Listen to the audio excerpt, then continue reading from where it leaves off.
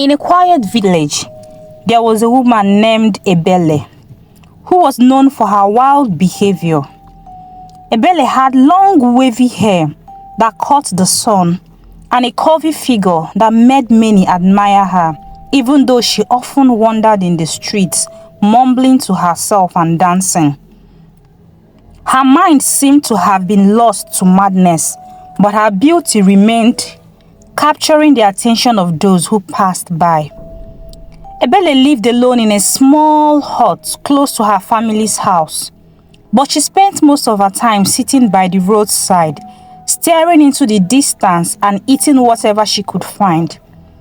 The villagers whispered about her strange ways, but none truly understood what had caused her to spiral into madness.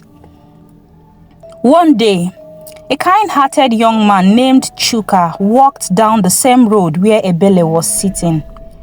Chuka was known throughout the village for his humility and generosity. He lived with his parents in a modest house and always greeted everyone with a smile. As he passed by, he saw Ebele hunched over, crying and begging for food. He was moved by compassion. Chuka gave her the loaf of bread he had bought for himself. Ebele's face lit up and she ate the bread with an intensity that made Chuka smile. When he returned home, however, his parents asked about the bread. Chuka explained that he had shared it with Ebele. His parents frowned, telling him not to waste his money on someone who was mad. But Chuka didn't care. He continued to give food to Ebele whenever he saw her, and they began to form an unlikely friendship. The villagers gossiped, calling Chuka foolish for befriending a mad woman, but he ignored them. Months passed, and one day it became apparent that Ebele was pregnant. The village buzzed with rumors. Who is the father? People whispered. Fingers were pointed at Chuka, and soon enough, the gossip spread like wildfire. Devastated, Chuka tried to explain to his parents that he wasn't the father, but they couldn't believe him. It was said that whenever Ebele was asked about her pregnancy, she would smile and say Chuka's name. This only fueled the rumors. Eventually, Ebele's family came to Chuka's house, demanding that he marry her to take responsibility for the child. Chuka was confused and overwhelmed. He didn't know how to clear his name. His parents urged him to take responsibility for the pregnancy, even though they were too uncertain of the truth. In the midst of this confusion, Chuka's reputation was ruined, and the villagers continued to gossip. But Chuka didn't give up. He went to speak with Ebele. Sitting beside her one afternoon, he asked, "Ebele, why do you keep telling people I'm the father of your child?" With a soft smile, Ebele answered, "Because you are my friend, Chuka. I love you." Chuka was taken aback. He realized that Ebele wasn't thinking about the pregnancy in the way everyone assumed. She wasn't accusing him of fatherhood. She was simply expressing the love and gratitude she felt for the kindness he had shown her. This revelation softened Chuka's heart, and he vowed to continue supporting her. As time went on, Chuka became more and more curious about the situation. He began to visit Ebele's hut at night, hiding in the shadows, hoping to find out who the real father might be. One quiet evening, his patience was rewarded. He saw a middle-aged man sneaking into Ebele's hut under the cover of darkness. Chuka's heart raced as he recognized the man. It was Chief Ukafor, a wealthy and respected businessman in the village known for his generosity. Chuka's mind raced. What was Chief Ukafor doing there? Was he the father of Ebele's child? Chuka quickly pulled out his phone and began taking pictures, hoping that this evidence would finally clear his name. Just as he snapped the final shot, The flash from his phone caught Chief Ukafor's eye. The businessman's face twisted in anger, and before Chuka could react, a group of men appeared from the shadows. They grabbed him, took his phone, and began beating him mercilessly. Chuka struggled, but he was no match for the thugs. Eventually, he was knocked unconscious and thrown into the back of their car. The next morning, Chuka's parents woke up to find his room empty. Panic set in as they tried calling him, but his phone was off. As the days passed, their worry turned to desperation, and they reported his disappearance to the local police.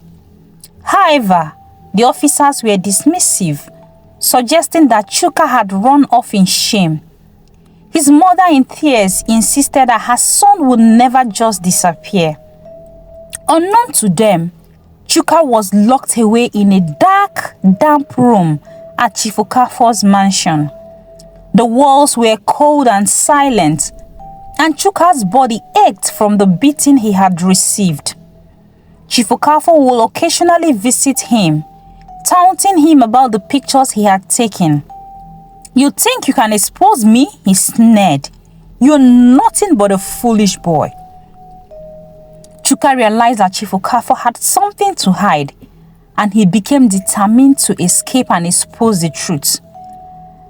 Every day, he thought about his family and the child that Ebele was carrying. He knew that if he didn't escape, they will all be trapped in this web of lies forever. Then one day, Chuka heard voices outside his cell. He listened closely, recognizing Chief Ukafor's voice and that of one of his friends. "We can't keep him here forever," said Chief Ukafor's friend. "Then we'll have to make sure he never speaks again," Chief Ukafor replied coldly. "You know we need that mad woman to carry the baby till full term. Then we use the newborn for sacrifice. We need to maintain our wealth." Chuka's heart pounded. He knew this was his chance. He waited until the perfect moment, then made his move. When Chief Ukafor entered the room, Chuka lunged at him, grabbing the associate, his friend, as a shield. For a moment, Chief Ukafor was distracted. Chuka used that opportunity to break free, running through the dark hallways of the mansion, finally escaping into the night. Out of the breath, but determined, Chuka jumped into a passing taxi and headed straight for the police station. As he entered the station, he saw Chief Ukafor's men chasing him in the distance, but it was too late. Chuka had made it. When he arrived at the police station, he told them everything about his suspicions, his capture, and his escape. The police officers, now taking the case seriously, promised to investigate further. Chuka felt a glimmer of hope. As Chuka continued to work with the authorities, he couldn't shake the thought of Ebele and her child. What would happen to them? What would happen to the truth about Chief Ukafor's involvement in all this? As Chuka sat in the police station, recounting his harrowing tale, his mind kept racing back to Ebele, the uncertainty of her fate, and the baby's well-being. Despite the police promising to pursue Chief Ukafor, Chuka knew the man had vast influence. He couldn't just sit back and hope for justice. He needed to take action himself to find Ebele, protect her, and make sure she and her child had a future outside of the web of lies spun by Ukafor. The investigation was slow. The officers came and went, questioning Chief Ukafor's friends, but there were no breakthroughs. Chuka felt like time was slipping away. Ebele, still heavy with the child, remained isolated in her hut. Chuka couldn't help but wonder how she was holding up, especially without him by her side.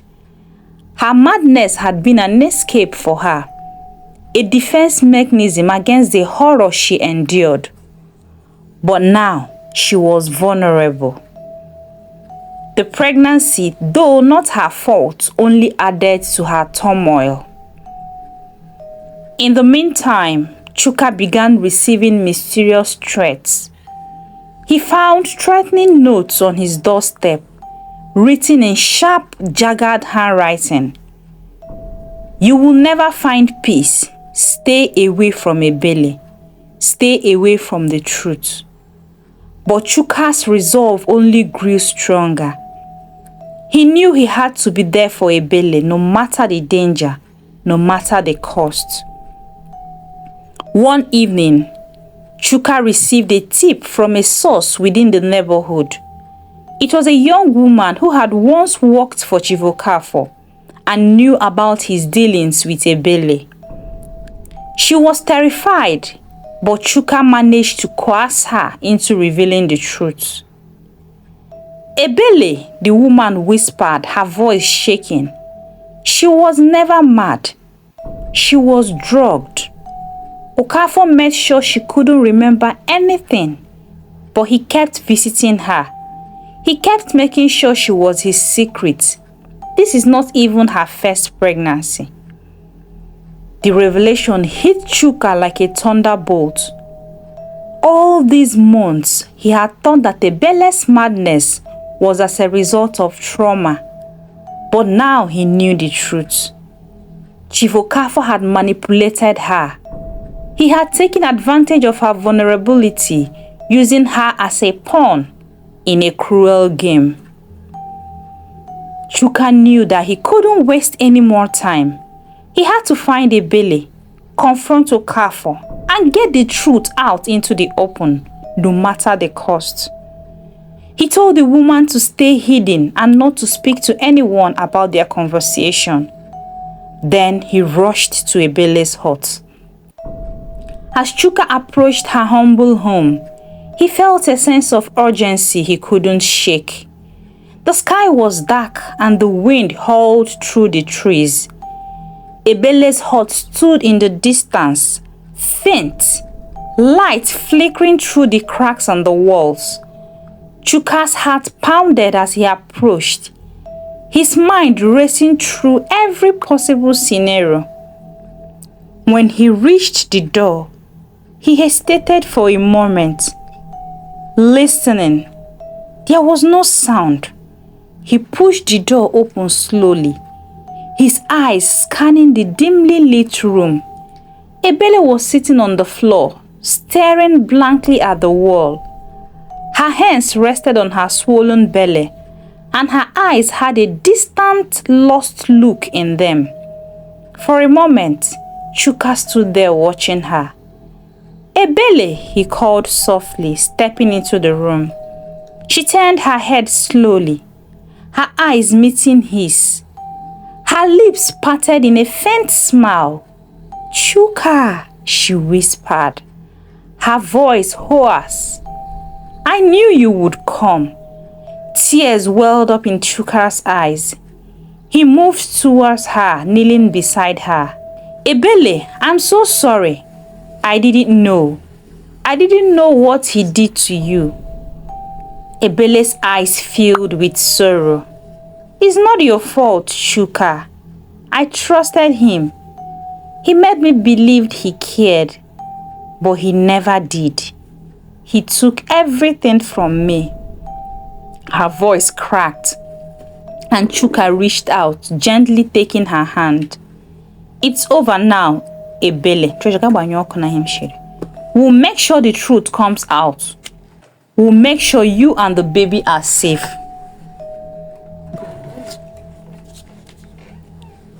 Ebele looked at him, her eyes filled with a mix of hope and fear. But what if they come for us? What if Ukafor sent his men after us again? Chuka squeezed her hand, his resolve firm. "We are not running anymore. We'll fight." Just then, the distant sound of approaching vehicles caught Chuka's attention. His heart skipped a beat. He knew it could only be one thing. Ukafor's men were here. They were coming to silence them both. "Hide," Chuka whispered urgently. "Go now." Ebele nodded, and with great effort, she stood, retreating into the back room of the hut. Chuka took a deep breath, his mind working quickly. He had to make sure she stayed hidden, but he couldn't let them just walk in and take her. As the headlights of Ukafor's convoy illuminated the area, Chuka dashed out the back door, hoping to lead them away from Ebele. His heart raced as he sprinted through the trees, glancing over his shoulder. The sound of pursuing footsteps echoed behind him. Chuka managed to lose them in the thick forest, his lungs burning from the exertion. He found an old abandoned barn and hid there, his mind racing through plans to protect Ebele. Meanwhile, back at the police station, Chuka's revelation about Chief Ukafor's involvement in Ebele's madness began to make waves. The officers, now fully aware of the depth of the situation, launched a full investigation into the philanthropist's dark dealings. But as they delved deeper into Ukafor's empire, they discovered something more sinister.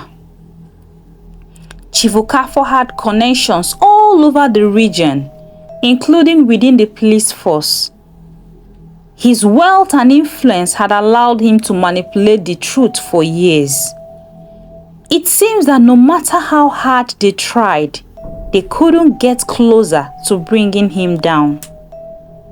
Chuka knew that this battle was bigger than just him and Ebele. The entire community was at risk, held hostage by Ukafor's web of lies and corruption.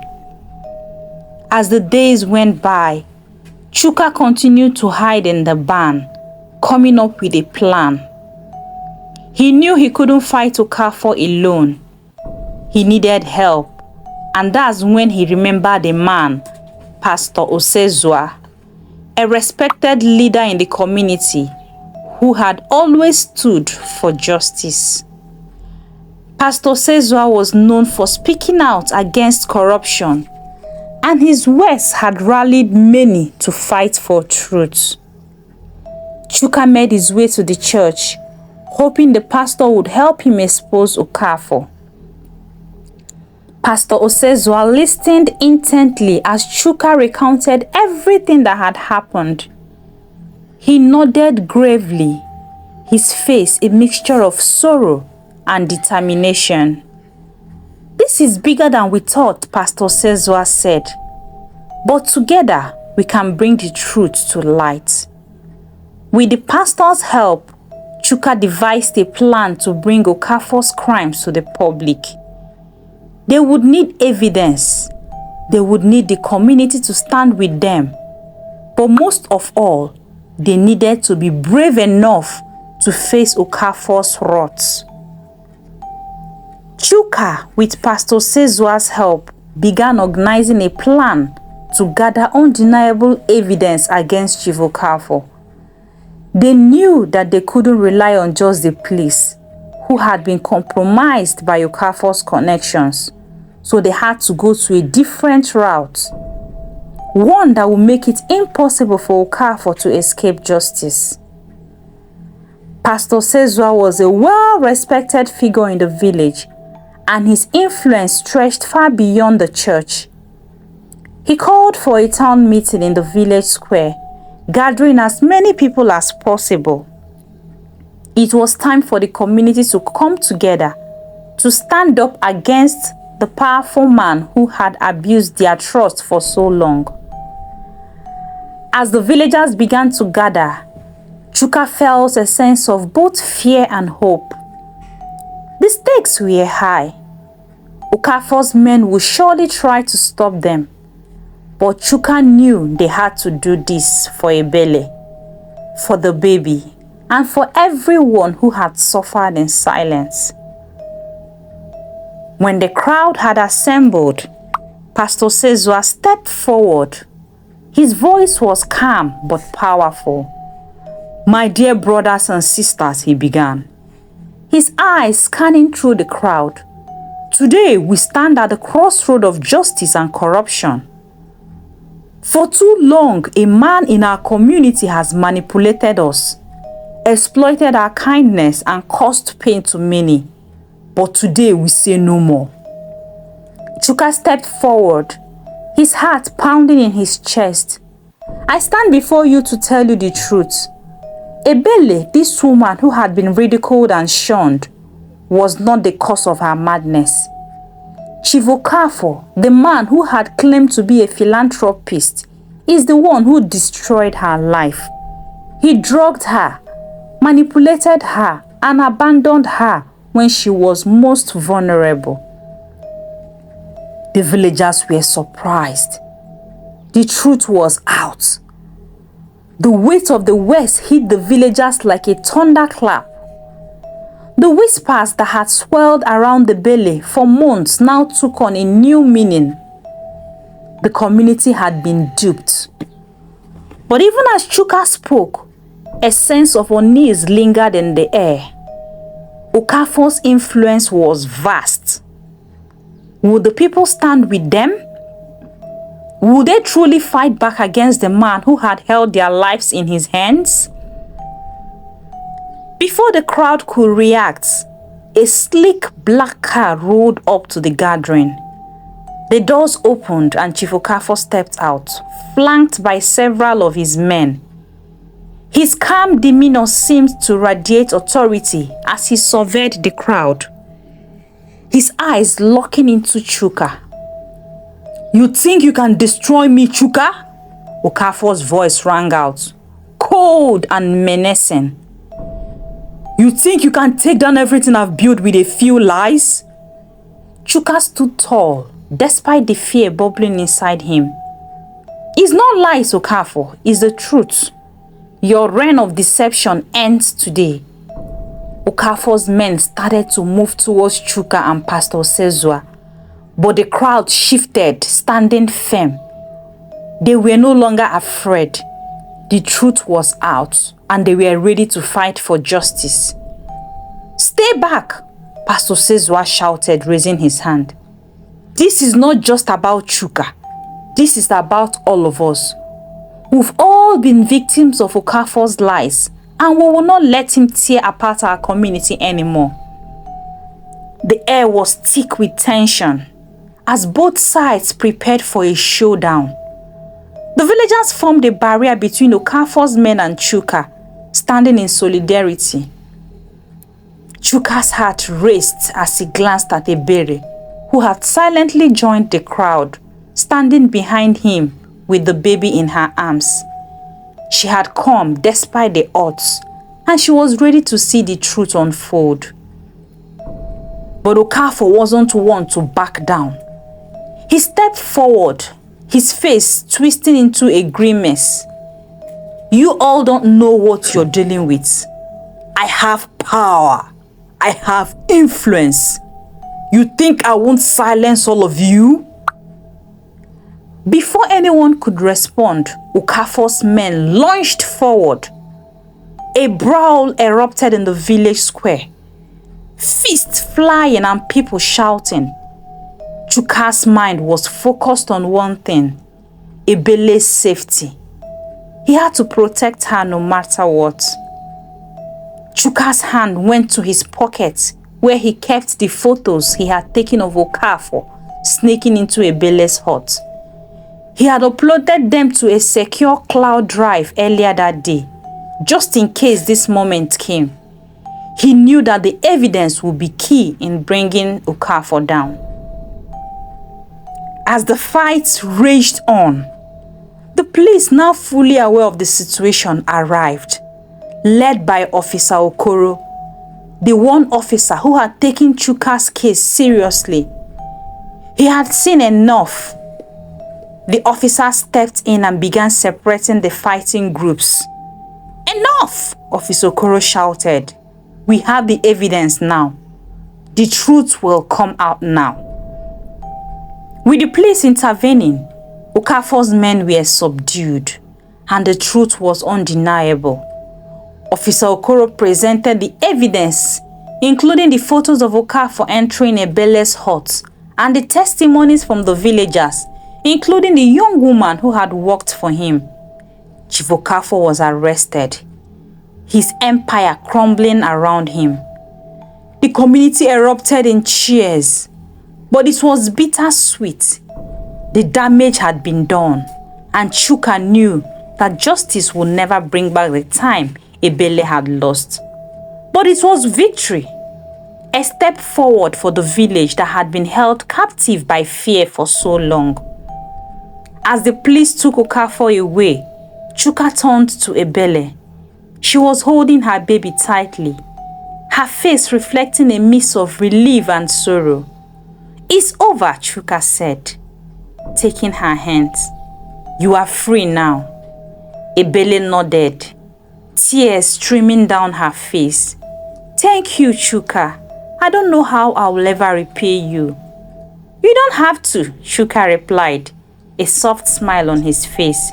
"We are family now, and family takes care of each other." In the weeks that followed, the community began to heal. Ebele, now known by her real name Mary, returned to her family home with her healthy baby boy, and the entire village celebrated with gifts, food, and plenty love.